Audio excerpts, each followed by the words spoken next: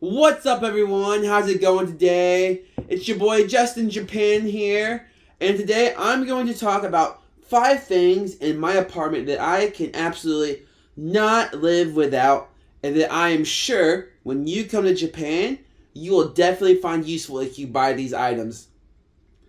Alright, with that said, it's time to get started with number 1, which I already am conveniently sitting in, which is a kotatsu. Now, for those of you who don't know, a kotatsu is basically a table low to the ground with a heat source inside of it, covered by a blanket, also called a futon in Japanese. One of the many types of futons in Japanese. Anyway, traditionally a kotatsu had a kind of charcoal heating source inside, but most modern kotatsus just have an electric heater, like mine on the underside of the table. I wasn't sure how to describe that for a second. Anyway, a kotatsu is super useful in the winter for a couple of reasons. Number 1, most Japanese apartments and houses don't have central heating. And 2, most housing in Japan also, in addition to not having central heating, also has really thin insulation.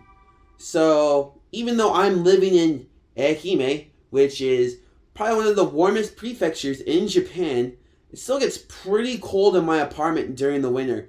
So having a kotatsu that I can kind of sneak up under to escape the cold is really nice.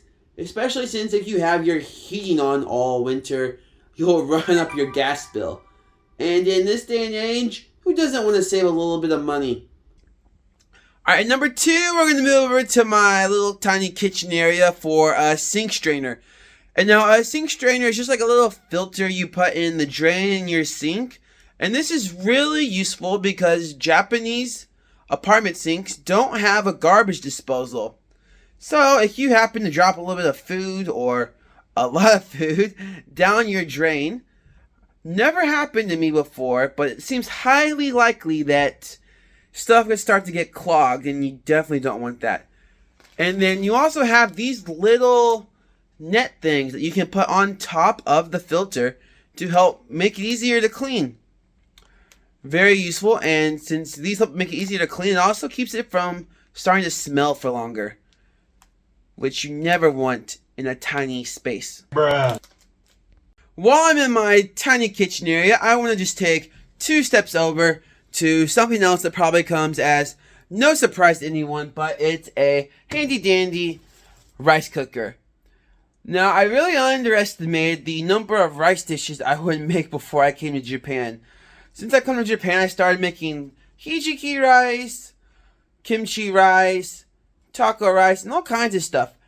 Heck, even this one's pretty simple, but in one of the more fancy ones they have in Japan, there are some super fancy ones. I've actually baked a cake before. So you can definitely get a lot of uses out of a rice cooker besides just cooking rice. Number 4 on my list of 5 essentials for your Japanese apartment is not a Slytherin costume, but a drying rack for drying your clothes inside. Now, you need this because, as I've mentioned on this channel before, I think I mentioned it, most Japanese housing, if not all Japanese housing, doesn't have dryers. You wash your clothes, and then you basically just have to hang them up outside, especially when space is super limited, like it is in my apartment.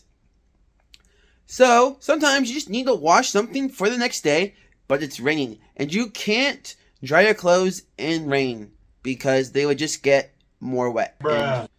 You obviously can't wear wet clothes. Anyway, so for those occasions, you need something that will let you hang your clothes up to dry inside, which is why I think this is essential.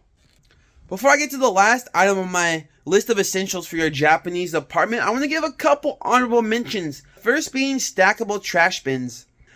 And number 2 is electric kettle. Alright, with those honorable mentions out of the way, it is now time for the 5th thing on my list, which is basically anything that gives you more storage space. For me, it is specifically this rack I have above my washing machine. Because as you can see, I have a ton of stuff on it that I don't know what I would do if I didn't have it on this rack. Because as I've mentioned multiple times, storage space is just so limited in Japan. So having anything that gives you more storage space is a huge help.